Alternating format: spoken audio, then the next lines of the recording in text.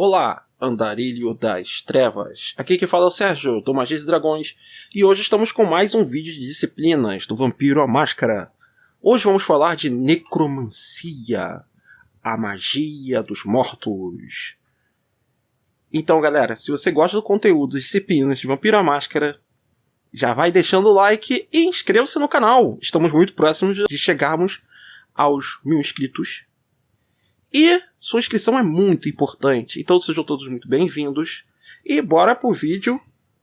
E esse vídeo aqui vai ficar um pouquinho longo, que a necromancia é uma disciplina grande, e ela é tanto uma disciplina quanto uma escola de magia do sangue. E aqui no V20, que é o material de referência que vamos utilizar para esse vídeo, temos 8 linhas, e cada linha tem 5 níveis. Isso quer dizer, galera, o vídeo vai ficar longo, como eu disse. Se ficar muito grande, vou dividi-lo em 2 partes, para vocês poderem assistir com mais calma todo o conteúdo. E vamos parar de enrolação e vamos para o vídeo. Primeiramente eu vou explicar o que é necromancia. A necromancia nada mais é do que o próprio nome já diz, a habilidade de falar, controlar, interagir com os mortos em geral. É a disciplina principal do clã Giovanni, e ela é dividida em linhas. E essas linhas, você vai ter a primária, com a qual você vai evoluir como se estivesse evoluindo qualquer outra disciplina. Isso é, você vai gastar vezes 5 de XP para aumentar os seus níveis, ou vezes 7 para aumentar os seus níveis se você não for um Giovanni, ou não tiver a necromancia como uma disciplina de seu clã, porque existem linhagens que utilizam a necromancia como disciplina do clã, e você deve ter pelo menos 3 níveis em sua linha principal para poder começar a avançar uma linha secundária. E para você pegar uma terceira linha, você tem que ter os 5 níveis da linha principal. Essas são as regras restritivas para você adquirir outras necromancias. Então, vamos começar pela linha do sepulcro, que inclusive é a linha mais comum entre os necromantes. É a primeira linha ensinada, na maioria das vezes, para os Giovannis. E, começando por ela, nós temos que falar uma coisa importante sobre a linha do sepulcro. Essa é a linha para você convocar espíritos, comandá-los e até mesmo prendê-los em objetos. E se você tiver algo que tenha sido relevante para o espírito em si, a dificuldade ela reduz em 2. Tá? Essa coisa relevante, na maioria das vezes, é chamada de âncora. E se você tem acesso à âncora do fantasma, fica muito fácil para você conseguir convocá-lo. E vamos começar com nível 1, Testemunha da Morte. Com este poder, você pode ver fantasmas do mundo dos vivos, deslizando entre as pessoas vivas, atravessando paredes e outras coisas. Para utilizar esse poder, você deve testar a percepção mais acuidade. A dificuldade vai ser 5. Um sucesso permite que o vampiro perceba os fantasmas como descrito pelo resto da cena. E não tem nenhum efeito especial. Mais uma falha crítica significa que o vampiro pode ver os mortos somente por uma cena, e todo o resto aparece como disforme, sombras escuras. Enquanto os outros sentidos do vampiro permanecem sintonizados com a vida, você fica cego nesse estado e sofre mais 3 de dificuldade para a maioria dos testes da divisão, baseados em percepção e ataque. Os fantasmas podem notar que você está utilizando esse poder, porque os seus olhos ficam brilhantes, né? E o fantasma pode fazer um teste de percepção mais prontidão, dificuldade vai ser 7, para ele poder perceber que está sendo usado o poder aí. Nível 2. Invocar espírito. O poder do espírito permite que um necromante convoque um fantasma de volta do mundo inferior, apenas para fins de conversação. Você deve atender certas condições para conseguir utilizar esse poder. A primeira condição é: o necromante deve saber o nome do espectro em questão. Apesar de uma imagem obtida através da Testemunha da Morte, o nível 1, né? Auspícios ou algum outro tipo de percepção sobrenatural seja o suficiente. Um objeto com que o fantasma teve algum contato na vida. Deve estar nas imediações. Porém, não precisa ser algo de grande importância para a consciência do fantasma quando vivo. Um pedaço do corpo do fantasma funciona bem para essa finalidade. E ainda fornece um modificador de -1 nas dificuldades. Certos tipos de fantasmas podem não ser convocados com esse poder. Vampiros que atingiram a Golconda antes de suas mortes finais ou que foram diablerizados estão além do alcance dessa convocação. Da mesma forma, muitos fantasmas dos mortos não podem ser chamados. Eles são destruídos e capazes de voltar ao plano mortal, ou perdidos da tempestade eterna do submundo. Para você fazer esse poder lindo, você precisa rolar manipulação mais ocultismo, a dificuldade vai ser 7, ou a força de vontade do alvo, o que for maior. O vampiro deve saber o nome do fantasma e ter na mão um objeto com o qual o fantasma teve contato em vida. Desde que o alvo tenha morrido e se tornado fantasma, o sucesso significa que a sombra aparece diante do necromante, como descrito acima. Nem todo mundo se torna um fantasma, o que exige uma força de vontade de perseverar em face da morte. E as almas que encontraram paz para passar suas recompensas eternas também não podem ser convocadas. Além disso, é possível para a morte sofrer dissolução espiritual e destruição após se tornarem fantasmas. Aí o narrador decide quem é que ele pode convocar ou não. Para o vampiro saber se a sua convocação deveria ser bem sucedida, uma falha significa que o poder não funcionou e você perde o ponto de sangue que você utilizou. E uma falha crítica significa uma coisa terrível. Que você evoca um espectro, uma espécie de demônio que fica atormentando o personagem, entre aspas, para sempre. Ou até você dar um jeito nesse demônio em si. Com isso, vamos para o nível 3, compelir. Com esse poder você pode fazer com que o fantasma se dobre à sua vontade. Então vamos para o sistema. O vampiro localiza e se aproxima do pretendido fantasma, provavelmente fazendo a convocação nível 2 lá. Aí você vai gastar 1 ponto de sangue e vai testar a manipulação mais ocultismo em um teste resistido contra a força de vontade do alvo. A dificuldade é 6 para ambos. Se o vampiro ganha, o número de sucessos líquidos determina o grau de controle que tem sobre o fantasma. Além disso, o controle do vampiro mantém fantasmas que foram chamados com invocar o espírito de volta a seus locais de origem no final da cena. Se o fantasma ganha, o vampiro perde um número de pontos de força de vontade igual aos sucessos líquidos do fantasma. Em um empate, o teste torna-se um teste estendido que continua até que um lado ganhe.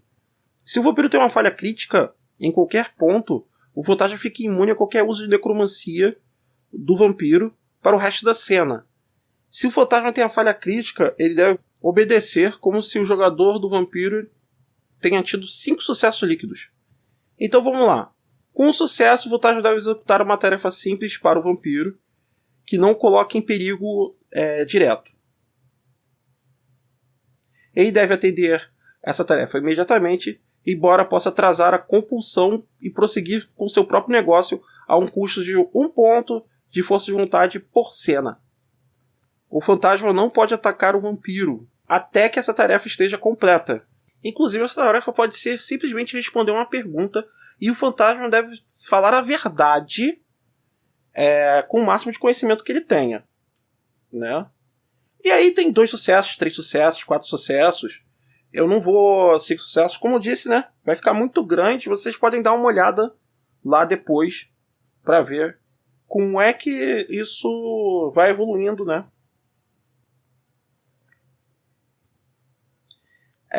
Vamos para o nível 4, Assombração. E com esse nível, galera, um necromante pode simplesmente pegar uma assombração qualquer e jogar dentro de algum lugar e deixar ela presa lá. É simples assim. Você vai fazer um teste de manipulação mais ocultismo e a dificuldade vai ser igual aos pontos atuais de força de vontade do alvo. E se houver resistência, o mínimo é 4.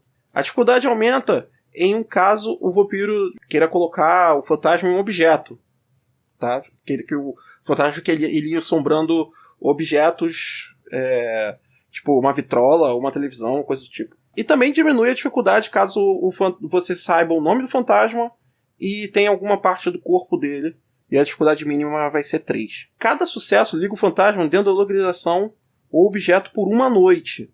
Essa duração estende-se por uma semana se o jogador gasta um ponto de força de vontade ou um ano e um dia para um ponto de força de vontade permanente. A aparição que queira deixar a área deve testar a força de vontade permanente. A dificuldade vai ser 9. E 4 sucessos são necessários para o fantasma escapar por uma única cena. Cada sucesso que o evocador tiver é um dano agravado que ele recebe por teste. E se ele perder todos os níveis de vitalidade dele, que são iguais à força de vontade, ele é arremessado no submundo e vai ser destruído no Oblivion, né? O local para onde vão as aparições de fantasmas e seja lá mais o que for. Nível 5, Tormento. Esse aqui é o poder que faz com que o vampiro seja tão temido, essa linha seja tão temida pelas aparições. Por quê? Além de você poder fazer com que fantasmas poderosos se comportem, você ainda pode atingir uma aparição na Terra dos Mortos, causando dano na forma ectoplásmica da aparição. E a aparição não pode te atingir no mundo real. É simples assim. E para você realizar esse poder tão absurdo, você testa vigor mais empatia, e a dificuldade é igual aos pontos de força de vontade da aparição. Para cada sucesso, você inflige um nível de dano letal no fantasma. Caso o fantasma perca todos os níveis de vitalidade, ele imediatamente desaparece no que parece ser uma porta de entrada para um mundo de pesadelos.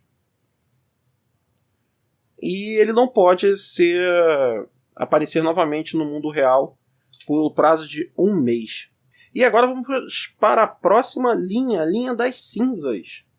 A linha das cinzas, ela serve para você se comunicar com espíritos, ter visões ali da mortalha e outras coisas mais, das quais eu vou explicar agora. E vamos começar com o nível 1 da linha das cinzas, que é a visão além da mortalha. Para você utilizar esse poder, você deve fazer um teste de percepção mais acuidade, a dificuldade vai ser 7. E depois que você faz isso, você, durante uma cena, vai poder visualizar a Terra das Sombras, tá? Que é onde ficam os fantasmas. No entanto, um fantasma observador pode perceber quando o vampiro, de repente, começa a olhar para ele, o que pode ter consequências desagradáveis. Línguas inanimadas. Com esse poder você pode conversar com fantasmas sem esforço nenhum. Você deve fazer um teste de percepção, mas ocultismo a dificuldade é 6. E você deve gastar um ponto de força de vontade. Esse poder, galera, só serve para isso. Tá? Vamos para o nível 3, Mão Morta. Esse poder aqui é semelhante ao poder da linha de Sepulcro Tormento, com uma diferença. Com esse poder, os fantasmas também podem te atacar. Tá? Você gasta um ponto de força de vontade, faz um teste de raciocínio mais ocultismo e a dificuldade é 7. Para ativar esse poder por uma cena. Para cada cena adicional que o vampiro deseja permanecer em contato com o submundo, ele deve gastar um ponto de sangue. E o que você vai poder fazer com esse poder, né? Você vai ser praticamente sólido no mundo dos espíritos. E vamos para o nível 4, Ex Nihilo. Com esse poder você pode entrar fisicamente no mundo dos mortos. Você vai ser um fantasma particularmente sólido. E vai acontecer uma coisa muito interessante contigo, né? Você só vai poder ser atacado e ferido por coisas que causem dano agravados em espíritos. Para você ativar esse poder, você precisa riscar em giz ou com sangue qualquer superfície disponível para fazer o desenho ali de um portal, né? Depois você deve gastar 2 pontos de força de vontade, 2 pontos de sangue, antes de fazer um teste de vigor mais ocultismo, a dificuldade é 8. Se o teste for bem sucedido, a porta se abre e o vampiro entra para o submundo. Quando o vampiro deseja voltar para o mundo real, ele apenas precisa se concentrar. E o jogador gasta um outro ponto de força de vontade, testa vigor mais ocultismo e dificuldade é 6. A critério do narrador, o vampiro pode estar profundamente imerso no submundo e pode precisar viajar para um local perto das terras dos vivos, a fim de atravessar. Isso quer dizer, ele pode estar na umbra mais profunda, ao invés de estar na umbra rasa. E sobre isso eu vou falar futuramente na série de vídeos do lobisomem. Vampiros no submundo não podem se alimentar de fantasmas, e sem a utilização de um outro poder. Apenas com sangue que eles levaram junto com eles. Isso quer dizer, eles podem levar sangue junto com eles. Agora vamos para o nível 5, Domínio da Mortalha. Para exercer o Domínio da Mortalha, o necromante gasta 2 pontos de força de vontade. Então, diz que ele está tentando aumentar ou diminuir o sudário. O sudário é a película dos vivos com os mortos. A dificuldade para o teste de força de vontade é 9.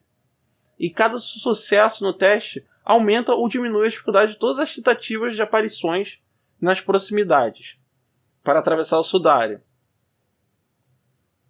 De qualquer forma, por até 10 ou no mínimo 3 a dificuldade. Tá? O sudário volta à sua força normal a uma taxa de 1 ponto por hora decorrida. E aqui acaba a segunda linha. Galera, como vocês estão vendo, esse vídeo aqui ficou um pouco longo. Então eu vou, na parte 2, abordar as linhas que estão restando, tá, desse vídeo. E não se esqueça de se inscrever no canal.